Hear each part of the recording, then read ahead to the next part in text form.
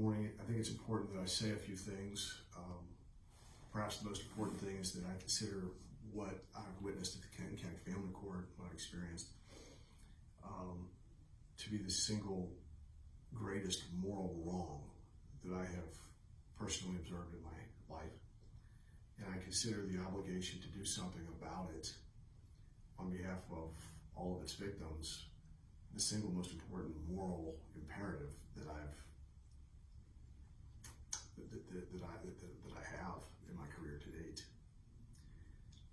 I want it to be clear what I have personally witnessed and what I can prove.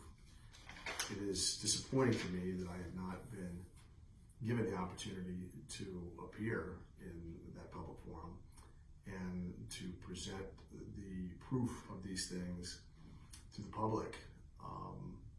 I have asked for the ability to do that countless times, and it is among my greatest curiosities why a court would not want to investigate, would not want to see, would not want to hear about, which is what I've been told countless times, the overwhelming evidence of serious misconduct and indeed criminal conduct by leading members of the bar, potentially, and its staffers. But make no mistake, if ever afforded that opportunity, I would put before the court overwhelming evidence of the following. And I have endeavored to set out from the beginning of my litigations and to proceed in a way such that I was able to prove the following in the unfortunate event that what I was told and my hunch along the way was correct, which is that this is not a system where outcomes are determined by the rule of law, but rather a system whereby justice is arranged, often outside the public view, on a preferential basis for a select few. That is not a conclusion that I wanted to draw. It is the conclusion overwhelmingly compelled by the facts. No serious contention can be made to the contrary. The evidence in support of same is the single most overwhelming proof that I've ever seen in any case that I've been a part of, including those that I've prosecuted, including public corruption matters that I've prosecuted, and those that I've defended. No serious person seriously looking at the evidence in an objective way would come to any other conclusion. And no serious person who has looked at the evidence has come to a different conclusion. I have personally witnessed and experienced all of the following. And the evidence of all of the following is reflected not only in my own personal testimony, but in documents, emails, other forms of data, statistical analyses, letters, correspondence with the court, and other things of the like. It is not a matter of my opinion. It all exists in Katie's office.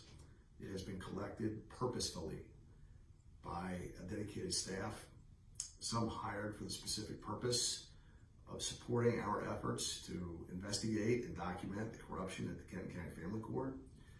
It is unmistakable, it is undeniable, it is undestroyable. It is in the possession of people far more consequential than myself, who I have every reason to believe understand the gravity and the seriousness of the conclusion it compels.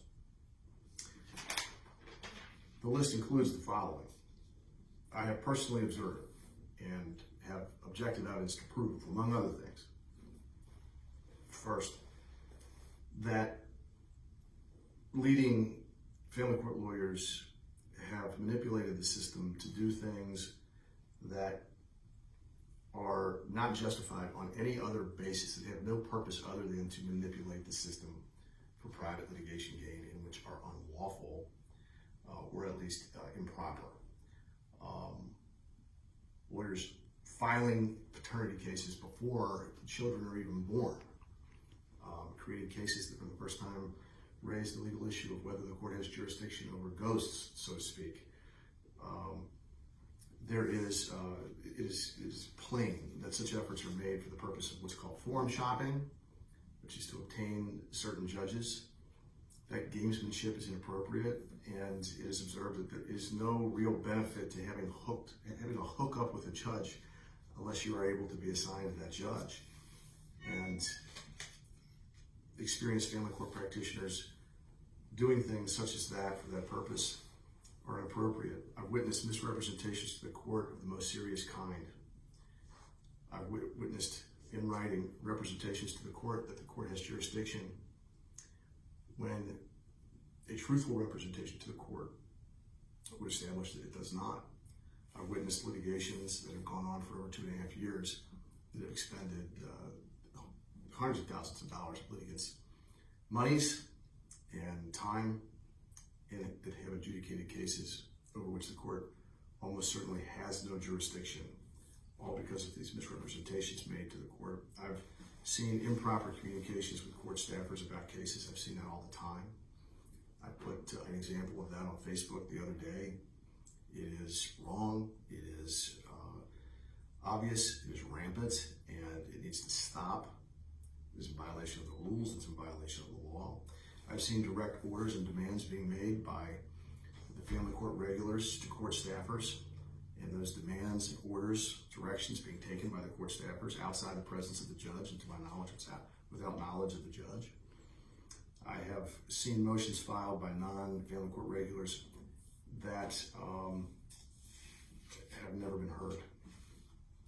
They continue to sit at the court. My motions are among those motions. I've seen motions filed by contrast, the family court regulars without fail be heard timely and quickly, often, almost always jumping ahead of the regular business of the non-family court regulars at the court, all courtesy of the special treatment by staff afforded these folks. I have seen private litigants effectively write good portions of court opinions prior to the evidence in the case ever being seen, in the form of proposed findings of facts submitted to the court, which the submission of which is not inappropriate, but it is not frequent that those are cut and pasted in toto into opinions. I have seen the drafting of judgments and orders prior to the parties even making their arguments in the case, prior to the court even receiving the evidence in the case. That is deeply disturbing and highly unusual, to put it mildly. That is deeply disturbing. I have seen the court grant relief not requested by any party. I have seen the court act on its own to hold hearings for the purpose of depriving parties to litigation of basic fundamental constitutional rights like their personal liberty. I have seen open discussions in court regarding the court's belief as to who someone's lawyer should be and other things of that nature. I submit to you that if it is about the facts and the law, who your lawyer is should not matter. The very fact of that conversation is deeply disturbing, and that's something I've seen. I have seen time and time again that the customer service afforded by the court staff to the family court regulars that enjoy preferential access to treatment is above and beyond, and on the whole, undeniably preferential relative to those who may not have an attorney or who may have an attorney that is not part of the gifted elite. I have seen family court regulators, family court practitioners violate the court's orders in a brazen and consistent way and not be held accountable for same. I have seen family court non-regulars and pro se litigants violate the most minor of court regulations and rules and be found and be sanctioned upwards of $17,000. That would be my personal example. I have seen court orders that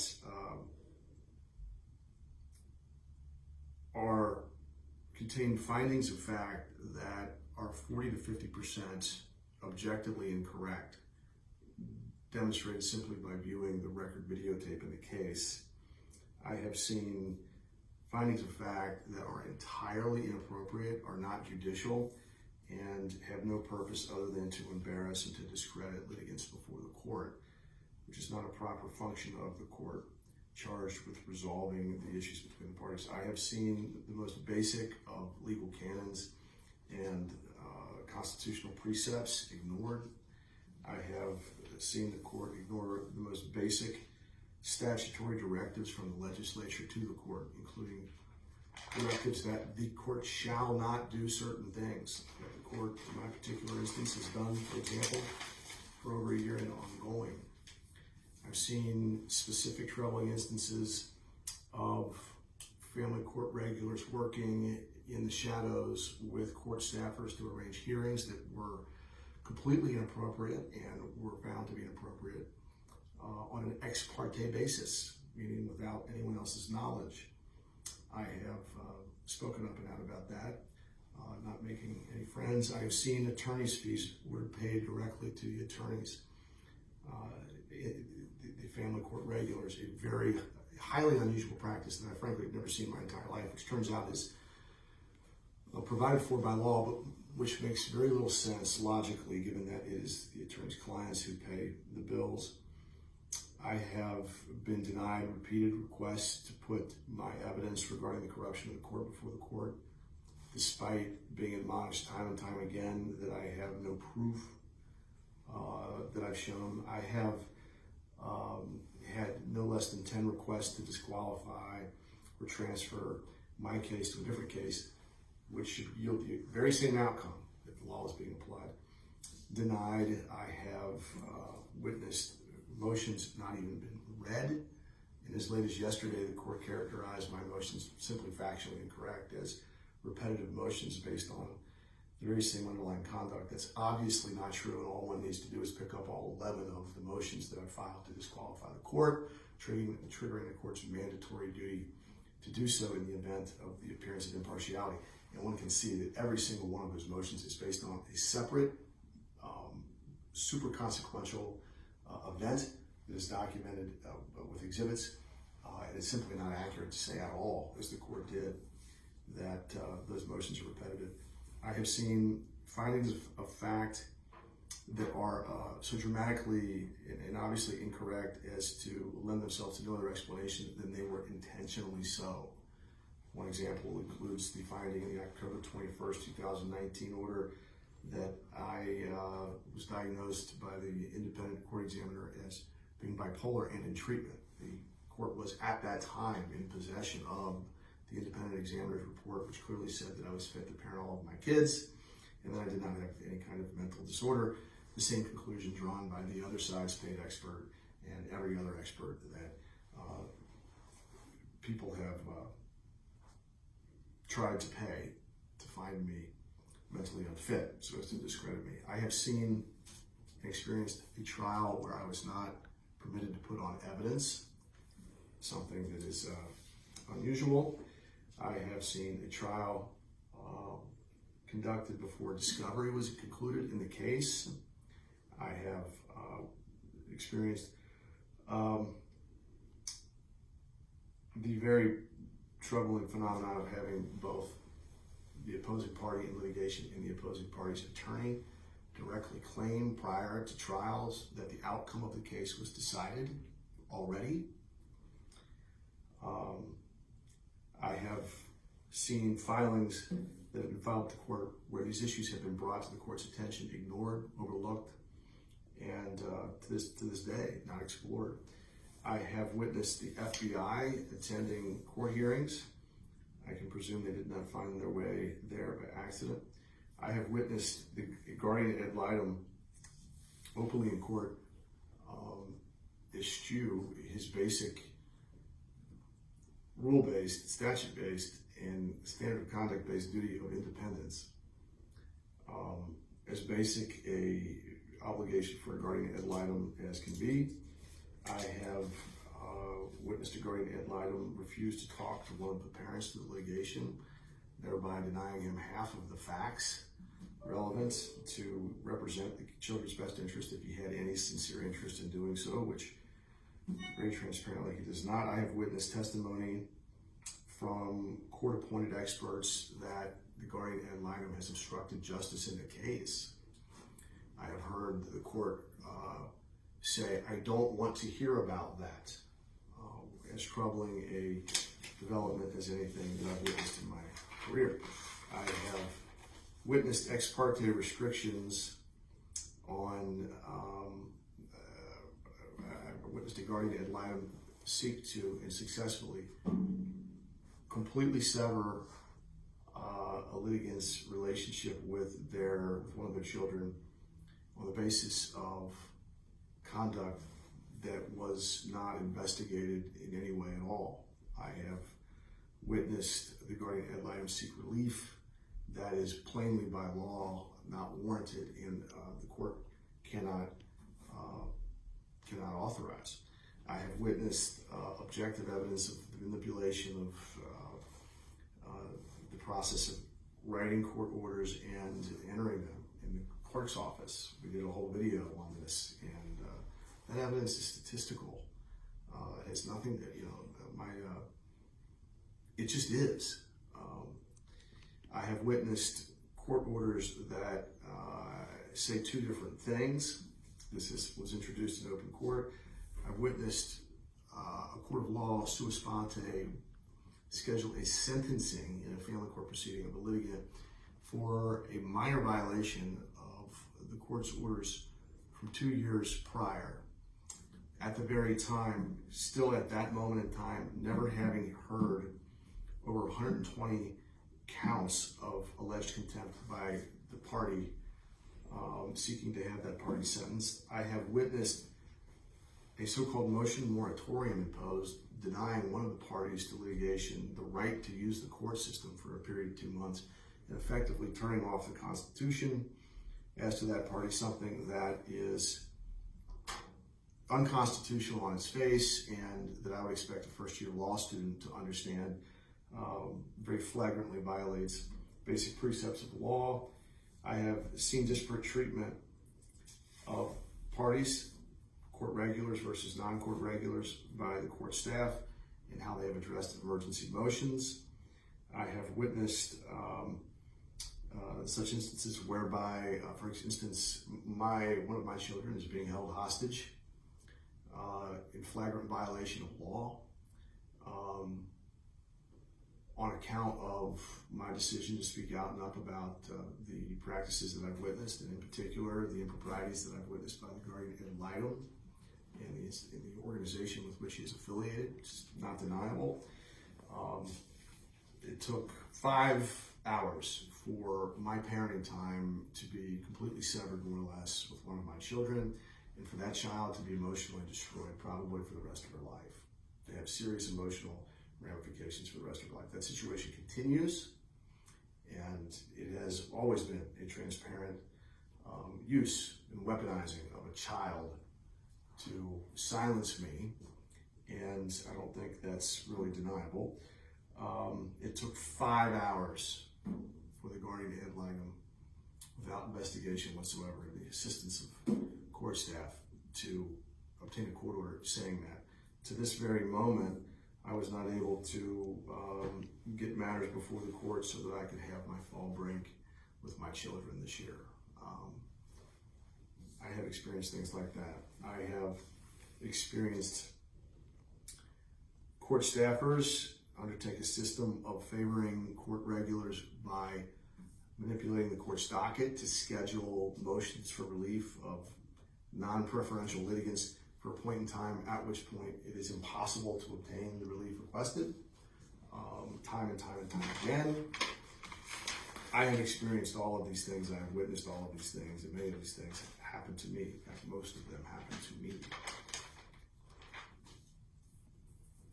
This is wrong, it's deeply disconcerting, and no one knows better than me consequences of this kind of thing. It destroys families, it destroys kids. It destroyed my family, and it's destroyed my kid.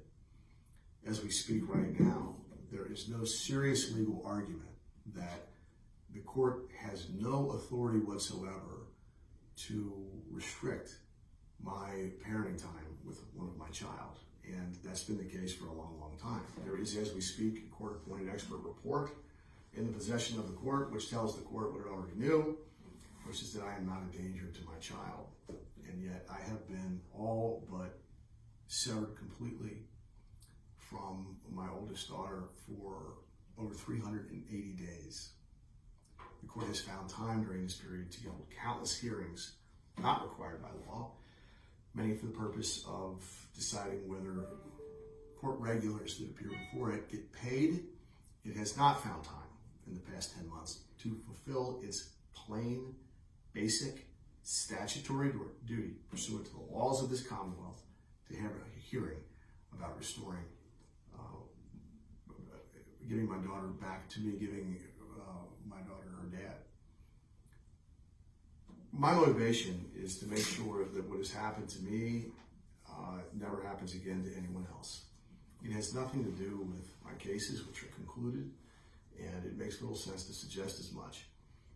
The idea that I am just upset because of unfavorable rulings in my case makes absolutely no sense as a matter of logic on its face. First of all, I have my kids about half the time. There's some things that aren't perfect, but there's legal relief for that, and it's being pursued.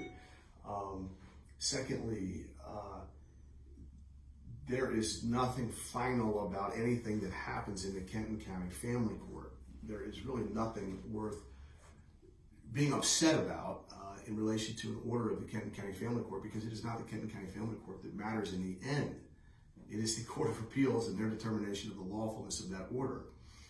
It makes little sense for me to be all torqued up because the Kenton County Family Court, a court that I know to be corrupt, that I can prove to be corrupt, that I set out to be in a position to show, if it were the case, that it were corrupt, that I'm upset with the rulings of the court in that regard. That absolutely makes no sense whatsoever. I have 19 appeals pending with the Court of Appeals. The Court of Appeals will decide the lawfulness of the family court's actions, and I have no reason to believe that the Court of Appeals is not a real court of law, that the Court of Appeals is corrupt in any meaningful way, and that it will not do what the family court should have done with respect to everybody's cases, and in my case, which is to apply facts to law and achieve an outcome. Whatever orders are written by the Kenton Family Court, very frankly, in my opinion, can be written in crayon because they will be soon erased. That is the effect of the Court of Appeals reversing their decisions. They had no validity from the beginning.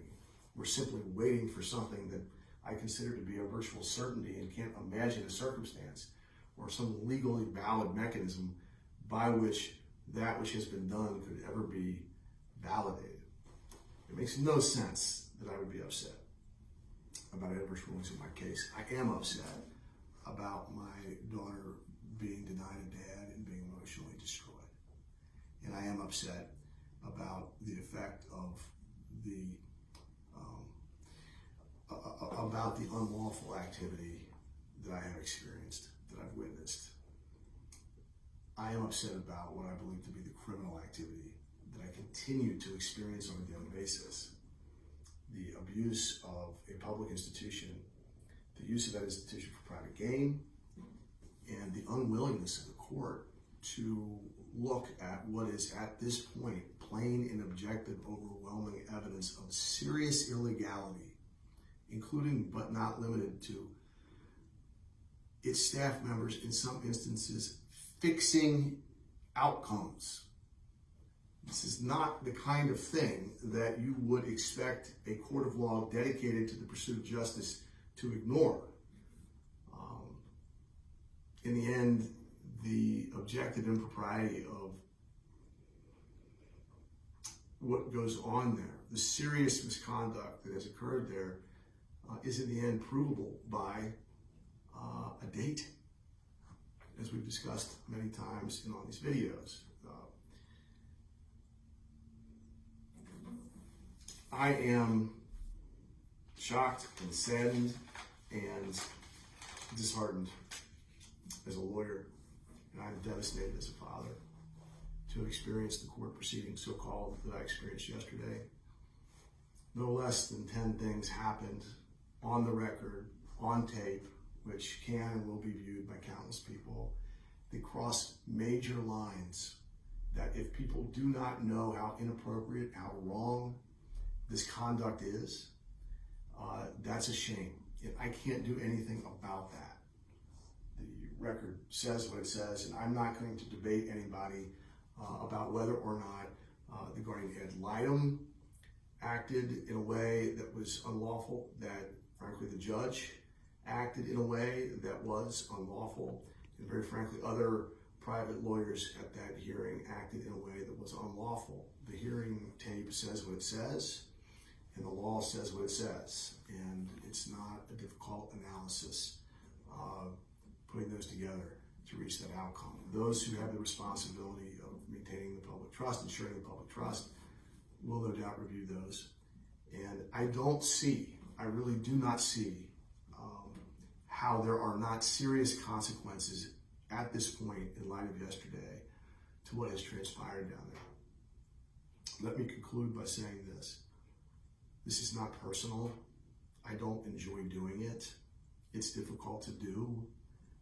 There is real fear when you appear in a courtroom, and because you've spoken up and out about this kind of corruption, someone who represents your kids makes a motion to the court that you not see your kids at all. That is absolutely what happened yesterday. The Children's Law Center ought to be ashamed of itself. The Children's Law Center ought to remove Mr. Howard Tankersley and disassociate themselves in any way from a lawyer that is going to do that kind of thing. Anybody that wants to discuss that, you know, look at that videotape, and I cannot imagine a set of circumstances whereby the appropriate authorities are not deeply troubled by that action alone. I cannot envision a set of circumstances under which those same authorities are puzzled by the court's sanction through its silence of such behavior.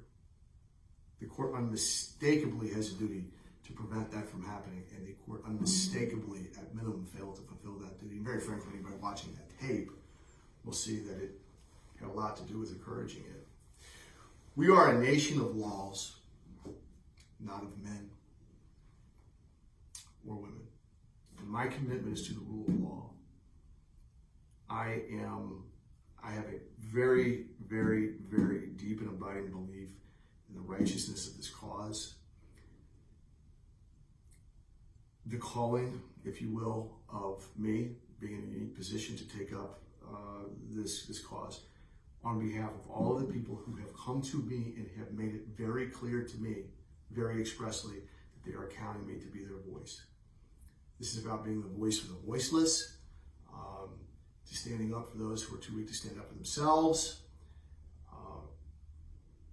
It is about being the kind of parent that does the right thing, such that my daughter, who will forever be scarred, no matter what happens from this point forward, who will forever be scarred, may at least one day look back at this time, and while she did not have a father in her life for that time, at least she may take comfort in knowing that that father stood up for what was right, fought for her return, was not intimidated by those who trampled the law and the Constitution to try and silence him, was not swayed by their many efforts to call him crazy and to unfairly attack his mental health, remained unwavering in his commitment to not only her, but all of the families of Kenton County that have been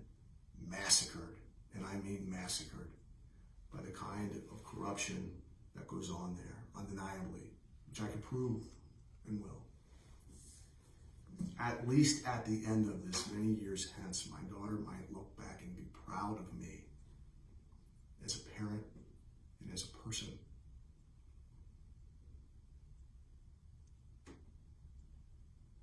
I will conclude where I began. The illegal activity occurring in the Kenton Family Court, openly sanctioned by the judge and others, is the single greatest moral wrong that I have witnessed in my life. and correcting that for my family, for the families of Kenton County, in honor of those families who have already been damaged by that corruption, and most especially for the future generations who will come after me. And if that is not corrected, who will suffer the same fate. I stand up. I stand up. And I will continue to. And that's what I have to say. Thank you.